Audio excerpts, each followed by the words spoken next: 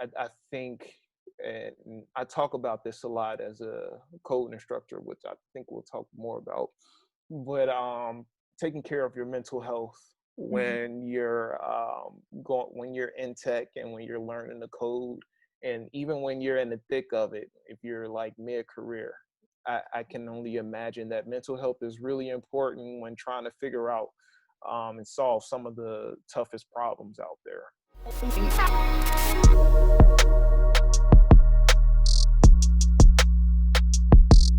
Hey friends, welcome to the Tech on Work podcast. I'm so glad you're here. This show aims to demystify tech careers and diversify the tech industry by giving you the keys to unlock your successful tech careers.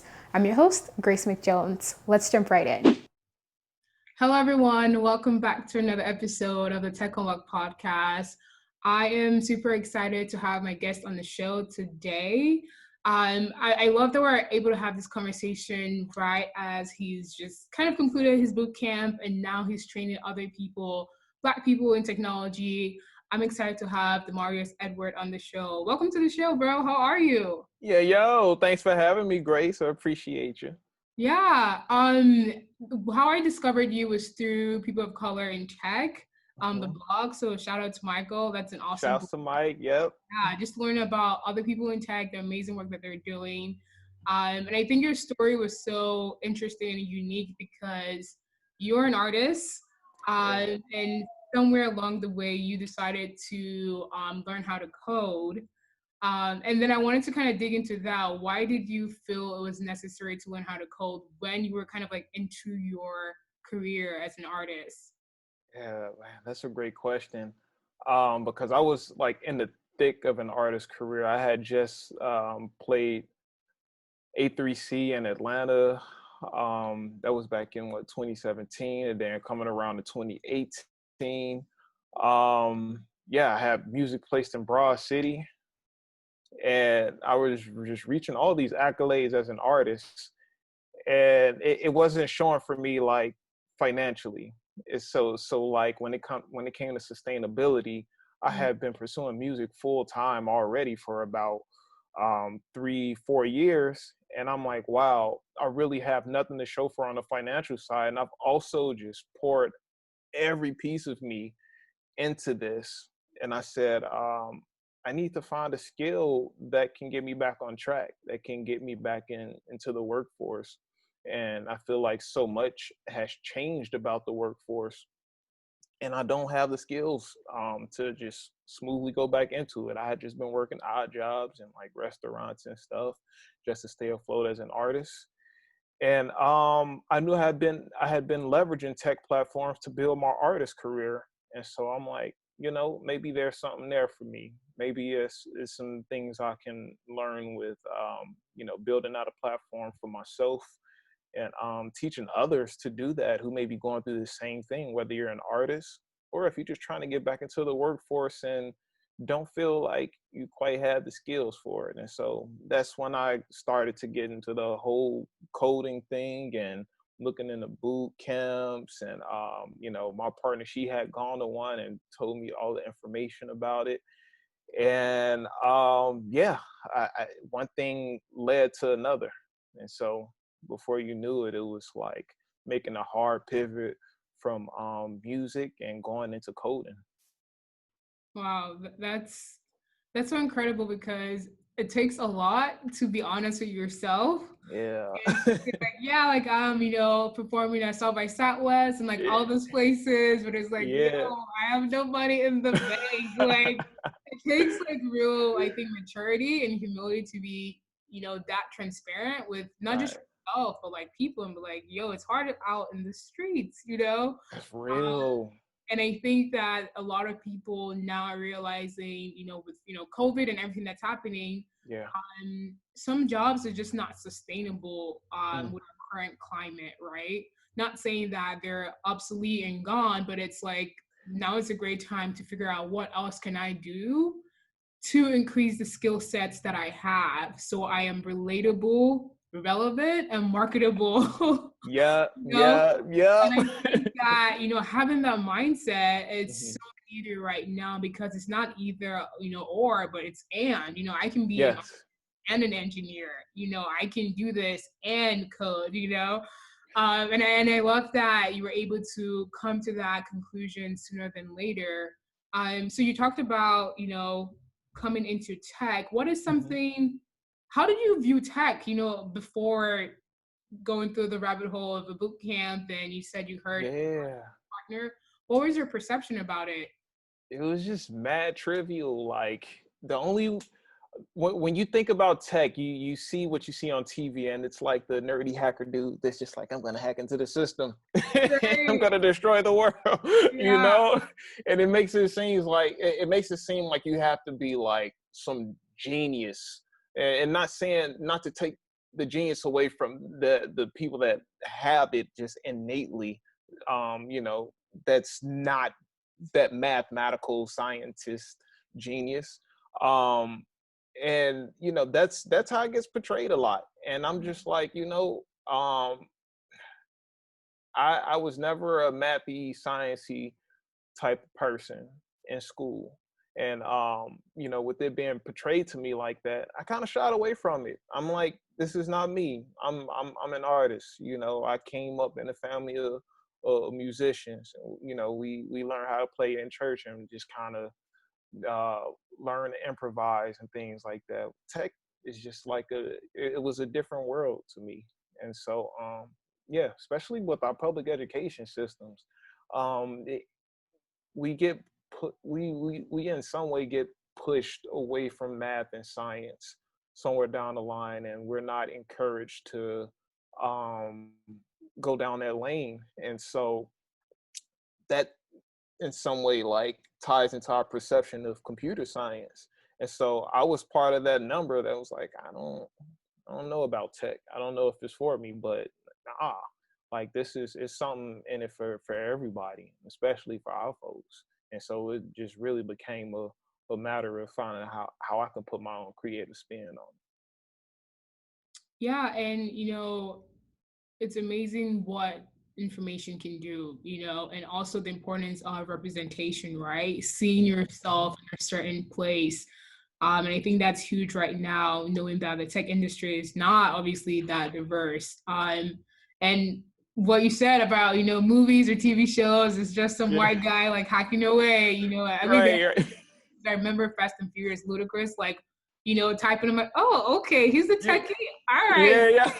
this is great. This is a Yep. great start, but that's huge Yeah. for kids growing up, especially if you're a Black person or a person of color.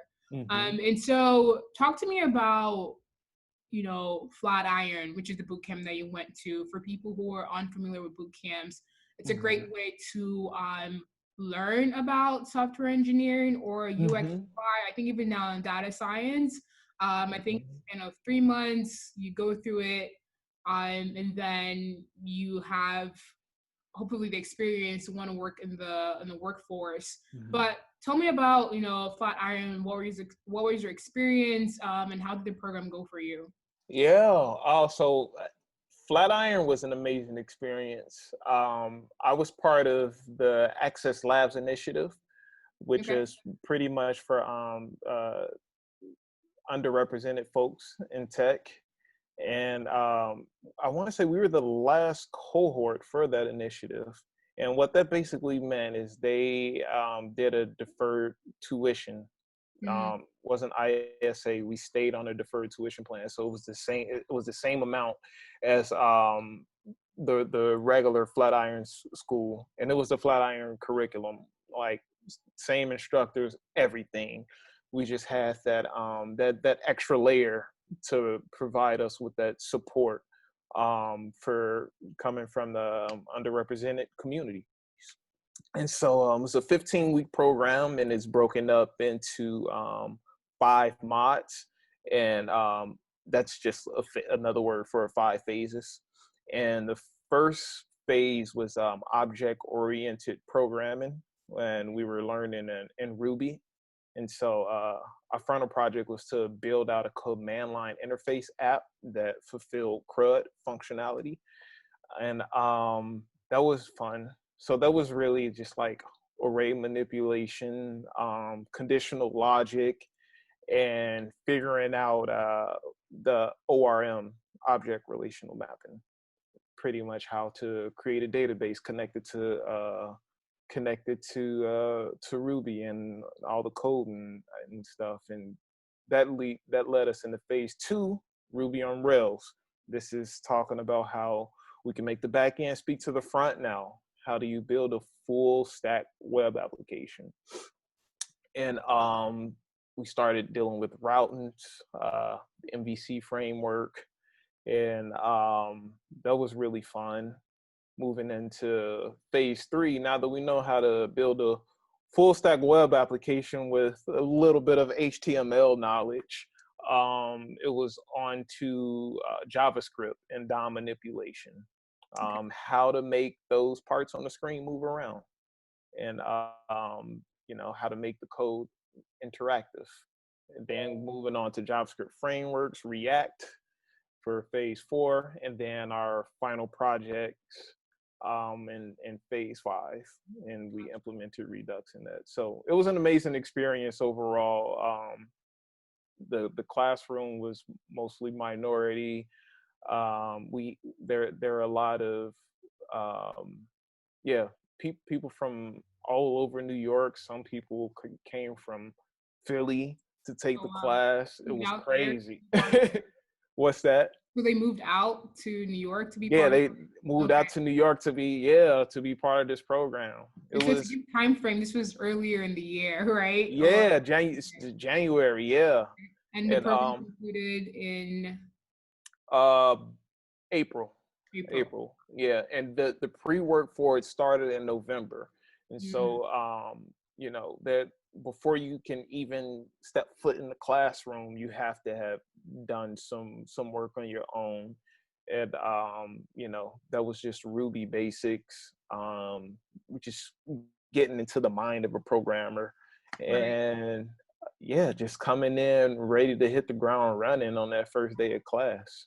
That's awesome. And so I know people have questions about Bootcamp. So from your experience, since you're kind of like fresh out of the experience, what are some pros and cons? Like if you had to name 3 of going to not necessarily like Flatiron, but any bootcamp in general, what would you here we are, listeners? Yeah, so for the pros, I would definitely say having that structured guidance, having that community.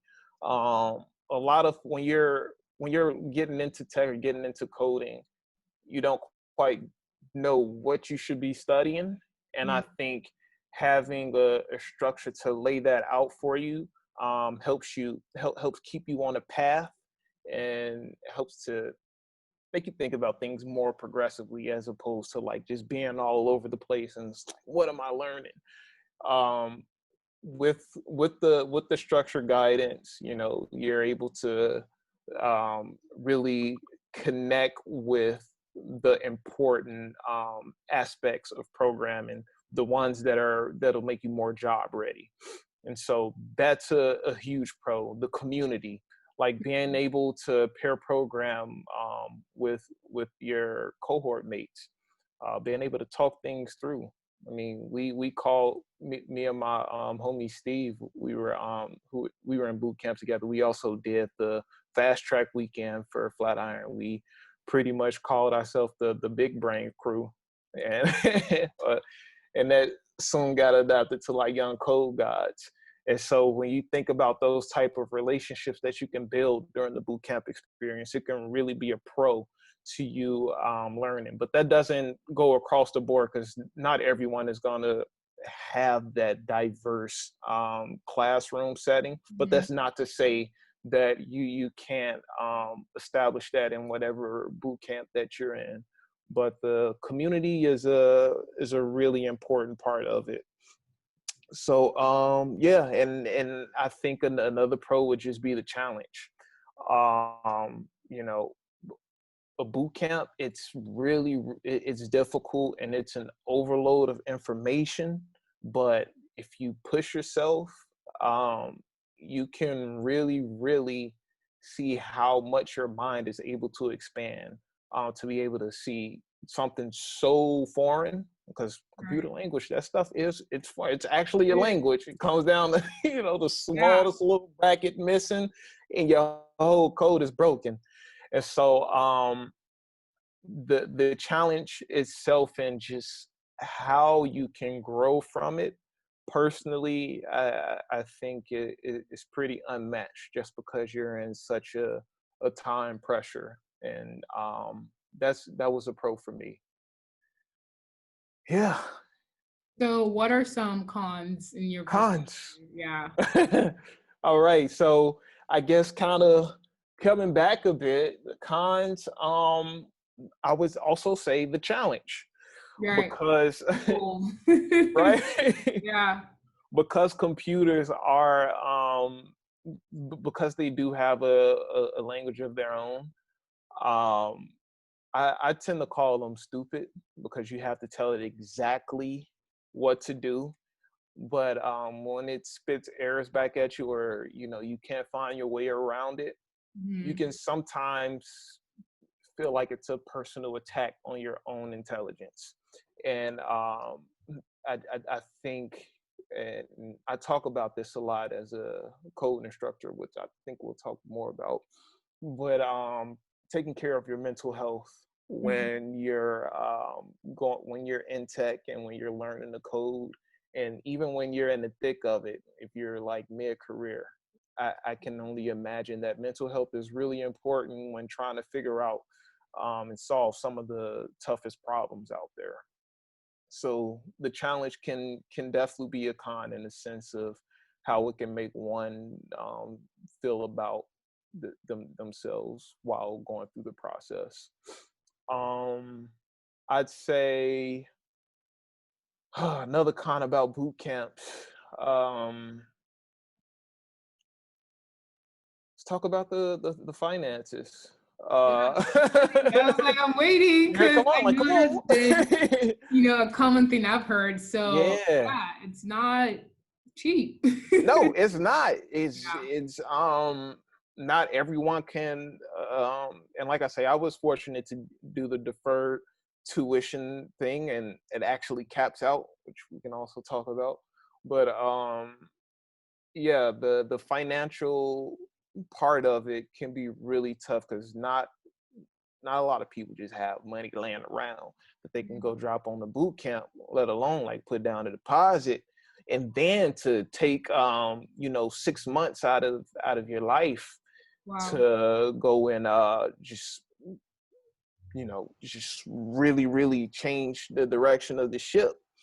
That's not an easy thing for everyone to do. A lot of people have families to take care of, and the boot camp structure just it may not um, fit well depending on what your particular circumstance is. But yeah, that whole thing about finances, you're missing out on money that you could be making working a job, and it can be pretty expensive to go to.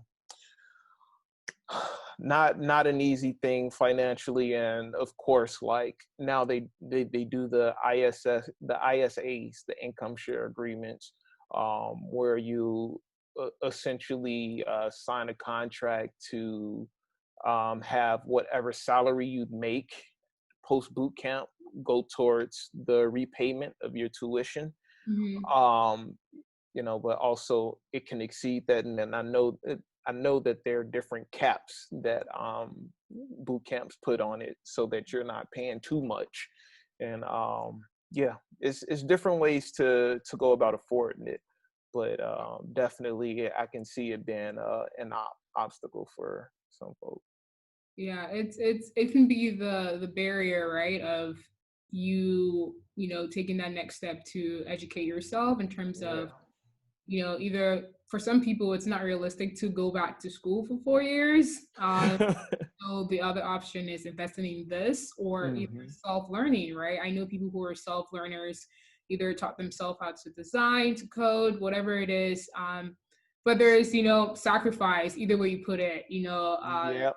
sacrifice. You can look at it as an investment. So At the end of the day, I think it's what suits your current situation. Mm-hmm. And the way you look at it, some people look at it like, okay, this is an investment, right? Like if I get Right. a job, what's good? Like it's not gonna be, it's not gonna work out. But Mm-hmm. for others, like you said, you have, family, you have kids, and so that's a huge amount of money Yeah. put down. And so in terms of, transitioning, right now Mm-hmm. you are a code instructor. Mm-hmm. Um, what, as an artist, what skills did you leverage Mm-hmm. when moving into the tech industry that really helped you either through your job searching process, or Uh-huh. even now as an instructor, that helps Yeah. you understand better what you teach or even interact with people in general? Yep. Yep. Fun stuff. Um, I'm sorry, I'm a little quirky, but Good. being an artist, it was all about like building a brand and building an online following. Mm, Um, and that brand centric approach is really important in marketing yourself. Um, just just the way this world works, they say it's not about what you know, it's about who you know. yeah. And Co-sign you that know, for sure. and we black, so it's got to be it's what you know and who you know. You know? Exactly. So, um, I think being able to tell your story is Mm, really important. That gets you the foot in the door, and so that's something I did a lot as an artist. My job isn't really to make music, but my job is to be able to tell about myself, tell about the way I see the world, and in a way find how it can relate to someone else's life, so they can see themselves in that.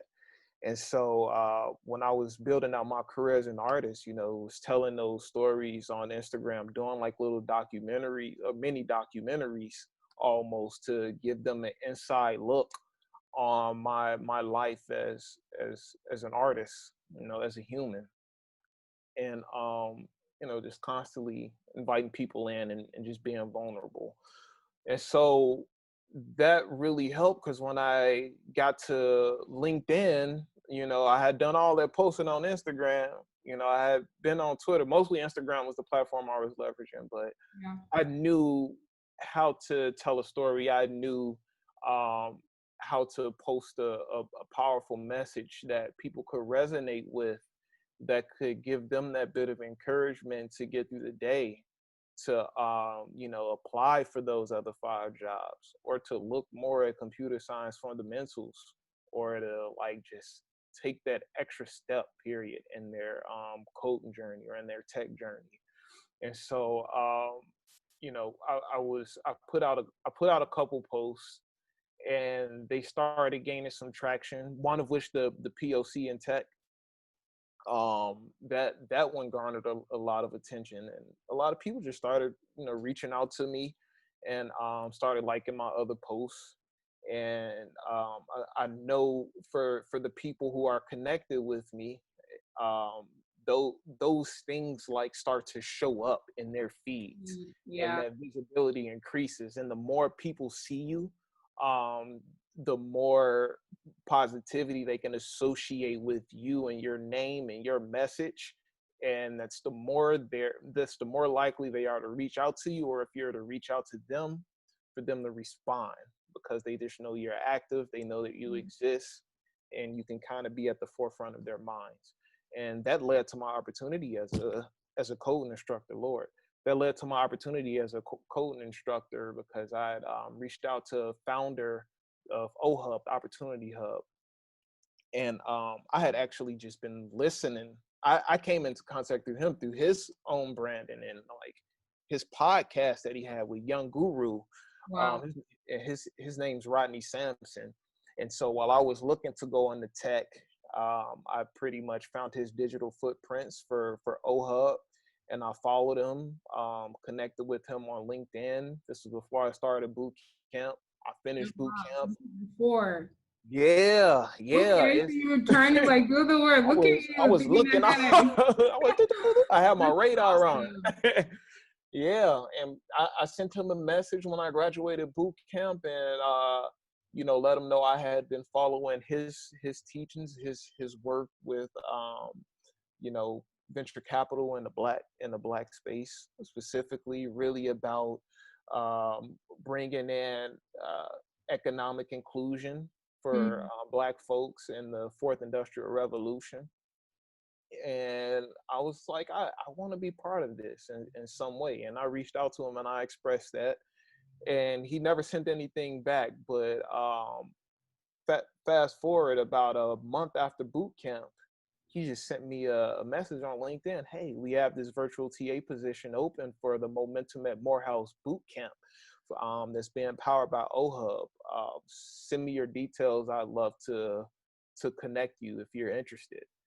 And I sent him my resume and stuff that day, and I had an interview the next day, and one thing led to another. That's an incredible story. There's so much to unpack, and I'm just Yeah. like, wait a minute, wait, let me catch up. But no, I think I'm in awe of just um the different skill sets that you mentioned, and people who are looking to transition into tech. Obviously the technical things are important, but it's like the things that you learn never really go to waste, right? And Right, right. personal brand, being visible, storytelling, that is huge because we live in a social media age, and then I think, thinking ahead of time and connecting with people, being Yeah. visible where it matters on LinkedIn and Instagram, looking like, I think people are like, oh, I'm just going to be visible anywhere. I'm like, no, pick the platform where you want people to connect with you, people who really Mm-hmm. matter in the areas that you're looking to either work in or grow in. And so that's great that you did that. I think even reaching Yes. out, right? And I think something that you said that stood out to me, like he didn't say anything right away. Um, Right. but I'm sure he saw your stuff popping up on his feed. Right. But that's the thing that you never know when you reach out to people. People are busy, they might Mm-hmm. not see you right away. Mm-hmm. So following up and being consistent like pays off in the long run. Yes. And so 1,000. it's amazing to see how all of that just, you never know which one's going to work, No, no. you got to be faithful, keep at it. And it's so powerful to hear like now that went through a process of learning, and now you're teaching other people, this amazing skill that's so relevant and, in the fourth industrial revolution. And you Yes. mentioned that people are probably like, what's that? What you So talking about? share a bit about what that is, and how the work you're doing right now is shaping the world that we live in. Yeah. Yeah. Yeah, speaking more on that, the fourth industrial revolution, as we see, like tech has really been splintered, has really splintered throughout every industry. Um, you name it. Everything is moving to a digital platform or has some digital representation. And as that space becomes more defined, for more companies coming in, there's more and more opportunity for the stuff to be built and also for the stuff to be maintained. So they need engineers on board, project managers, visual design folks, all of these pieces that help in crafting digital spaces for certain companies. And this is not just certain companies, this is like all companies. Like you have to have some type of web presence, especially look at what's happening right now. Yeah. Everything is remote, and you have to be tech savvy in order to adapt to the future of work. And so it's really important to, as an educator, to teach people how to solve problems. Like, yes, the tools and technologies that we use is Python, JavaScript, HTML, CSS, Ruby on Rails. But all in all, the core of what we're doing is we're solving tough technical problems that's going to help shape the future of work. And actually we're in the presence, right? Right. We're here right now. You know, We're it's no together longer right the now. future. We're right. Yeah. And so yeah, and I think especially for our folks, because especially educationally, we've always been behind, like talking about old textbooks and using these outdated testing standards to try to measure intelligence. um we've we've for so long been denied the proper access to education, and this work right now is really important to close this wealth gap, because it's widening day by day, and it's too many people in the VCs that are consuming our creations, Mm. content that we post on Instagram, Snapchat, TikTok. They are profiting off of this, but yet we're behind on the educational and the production side of it. And so this work is really important in balancing out that seesaw, so it's not so tilted, so that we're able to gain access to some of that capital, some Yeah. of those, not some of those jobs, not just some, but we need a huge slice of that pie, because we help bake it, Yeah. a lot of it. So yeah, that's why I see myself in this work, and making sure that our folks are being properly educated to go in and solve tough problems. Yeah. That's a great answer. And coming from, your perspective, what do you think is missing in the educational system? Like you mentioned, a lot of Black and brown folks are left behind, or even when we talked earlier about representation, where Hmm. they don't really see themselves in this field. And so having a Black instructor telling them about Yeah, coding, and I'm sure that goes a long way because you are able to relate to them, not only on, maybe a technical level, but a human level, a cultural level. And that yeah, make a difference, like saying like, yeah. wow, like I can be like him, like I can be an artist, because people think code is nerdy. They're like, oh, I don't want to do Right. that, and so it's like, hey, you don't have to pick, you can be both. So what do you think is missing, and how can we improve the educational system now that we're kind of in a remote environment? Yeah. No, that's a great question, great observations there. And I think first and foremost, representation. Like you said, like for people to just see, for people to hear us having this conversation, Mm, it is doing the work to like, yeah, I know I can do this. Uh-huh.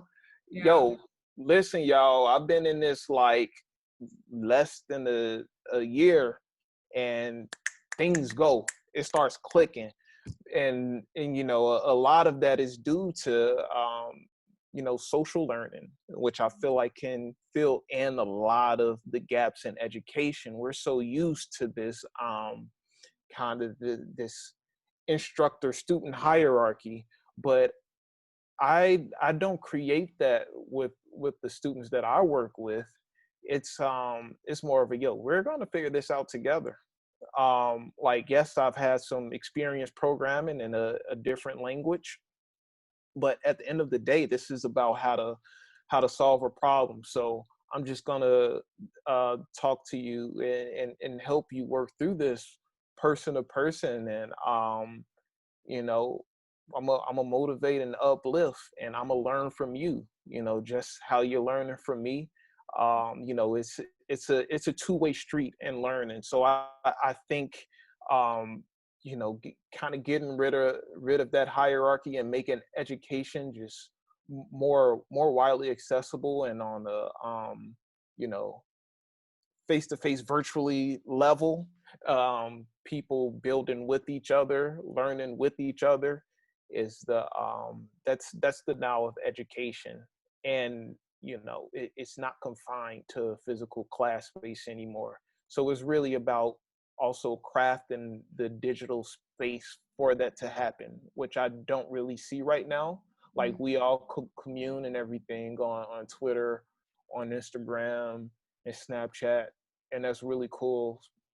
But for now, like, what's gonna be that space that we can come to, that fun high school vibe, where we could come in and learn together and make it a widespread thing and make that happen quickly as things are adapting quickly.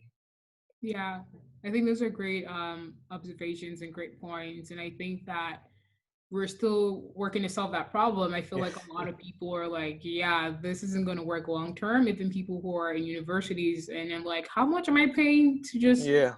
be on Zoom? I know. You know, what is the worth of an education in the traditional sense, Yeah. right? People are beginning to question all those things. And I do feel like social learning is huge. And I think there's opportunity in the AR, VR space also to interact with the things that we're learning. Yes. And it goes back to that just even like pay gap or opportunity gap where not everyone has, you know, a VR virtual reality headset in their home to interact. Uh-huh. Right, right. And so there's a lot of, I think, opportunities in this space, the tech ed space, to explore not only how we can continue to make learning fun and creative, Hmm. but also the opportunity or the gap areas that already existed before, but Yep. build a new one where it's like, okay, now no child is actually left behind due to their Exactly. status or even their the countries that they came from, whether it's in a developing country or in America. So a lot Yeah. of opportunities to do things right now that we're kind of rebuilding from the ground up. So I'm excited to see what happens. Yeah. Yeah, Love without a your doubt. ideas. So yeah. So right now we're going to switch gears into our lightning round. And so these questions are much to know about like you, but like super fun, super short. Yeah, yeah. What is the biggest misconception about your job right now? The biggest misconception about a job. Your job, your role. Oh, Like, my job as yeah. a um the biggest misconception is my students think I'm like a wizard. I mean, But, they're lying though. They're I know, not. I know, Kind right? of, yeah. Right. It could be. At the same time, I'm trying to instill in them that like they're the wizards, they're the ones solving the Mhm. hard problems. Like I've hit this learning curve already, and I'm gonna have more learning curves. Right. But there's something to be said about someone who's really, really struggling through the concepts. Yeah. Because I always told myself I gotta struggle through it. I have to go through the struggle. Um, and many people don't notice that that their own brains are expanding when they're learning this stuff, and that that they're grasping with it, but they don't see it yet. So um, sure, I can be a wizard. Maybe I am, but I know for sure if I'm one, you're one too, Yeah. because we're in this together, and you know, we just really trying to achieve some greatness. So That's awesome. What's your favorite piece of technology right now? my favorite piece of I've been wanting to get my hands on a and this is a kind of like a dream thing right now, a Raspberry Pi. Okay. Apparently like you can do a lot of Mhm. things. Like it can be a little computer that can host like full out programs and applications.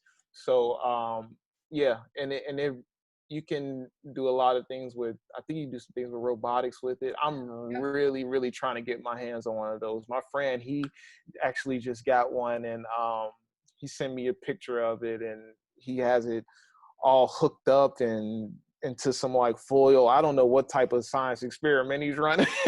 There's so much you can do and play around with it, even with IoT devices, Internet of Things. Yes, I feel like yes. with your Raspberry Pi, it's not a food, You know? it's not dessert, you know. It's a piece of Yeah. technology that you can customize and just create amazing things. So yeah, I think that would be something awesome to play around with, especially now that we're still in quarantine. Yes, for sure, for sure. So Yeah, boom. cool. So right, you're an artist. I'm curious, who's your favorite artist right now? Who are you listening to? Who's on your playlist? Um, phew, who's on my playlist? So when I was going through boot camp, I was on this strong D'Angelo binge, Okay, and yeah, okay. yeah. So Aquarius, woo! Yeah. But yeah, hands down, I'd say D'Angelo. I'm a huge fan of Pharrell, Kendrick Lamar, Mm, Erica Badu. Oh, yes. um, Did you watch yeah, the live episode on the Versus TV? I think yeah. What yeah, her and Jill? Yeah. Yeah, they tore it down. Yeah. But definitely that, people in that realm are strong influences on me as an artist. But I love my D'Angelo Voodoo. Oh man, Yeah. classic, classic. So yep. Shouts to Kanye. I hope he's doing all right. Same. Um, I'm sending him good energy and healing. Like I'm not gonna sit up here and front like he didn't help my trajectory Mhm. as a child and my coming as a young black man, especially going through the educational system. So yeah, music. Awesome. That's a long list, but that's a I know. I think last question, as someone who has transitioned into tech and is still kind of like in both worlds, what is the best career advice you've ever received? Mhm. Um, the best career advice I ever received. Um, Reach out to someone. Look around for the job that you want, for the position that you want. Read up on a person. See if their job entails the Mm, things that you want to be doing. Reach out to them and ask them, um, what can I do to prepare for the position that you're in? What are the steps that I can take to get where you are? And what's so amazing about that is people love talking about what they do. People love to help other people, and sometimes we're just afraid to reach out and you know reach out to the person. You can always follow up again, just do different things to get on their radars. uh, Also, you can reach out to other folks who may align with those same interests, but definitely like getting that inside advice on what you can do to prepare yourself for mm, that position, for that job, for their career.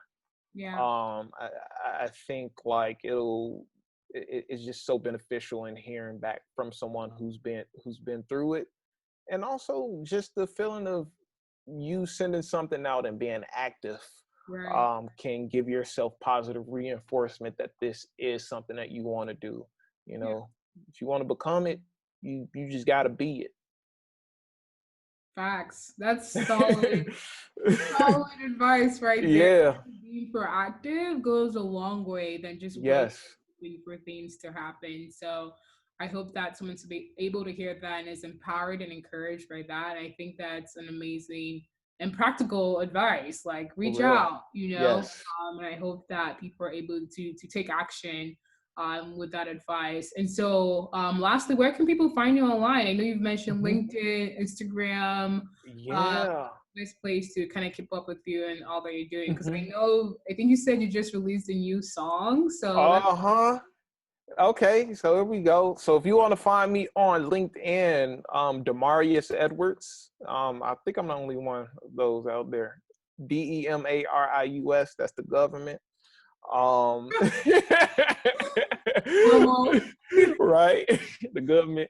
Um if you want to find me on Instagram, it's at mari.world, Mari.world, and on Twitter, Mari_world_. So I'm pretty sure through one of those you can find me, reach out to me, and yeah, let's just have a conversation. Let's keep the conversation going, and let's just bring more people in. Let's bring more people. Let's form this community. So yeah, I love that energy. Let's bring more people in. And that's what come this on. podcast is all about, right? Like sharing stories like yours, Yep. showing how different people can be part of, not just tech, but creating solutions. I think that's Yes. people are like you said, I'm not a wizard, I'm not a genius, but it's like you don't have to be, Right. create change that you want to see. So thank you so much for being on the podcast. This is Thank you for having me. I appreciate conversation. you. I feel like we can continue talking for a while, but I Yeah. hope that people are able to listen to your story and feel inspired. So thank you so much. I appreciate being on the podcast. Blessed. Thank you. Thank you. I really appreciate you having me. And thanks so much for doing this. You're doing great work, Grace. Let's go. Thank you. Appreciate it, bro.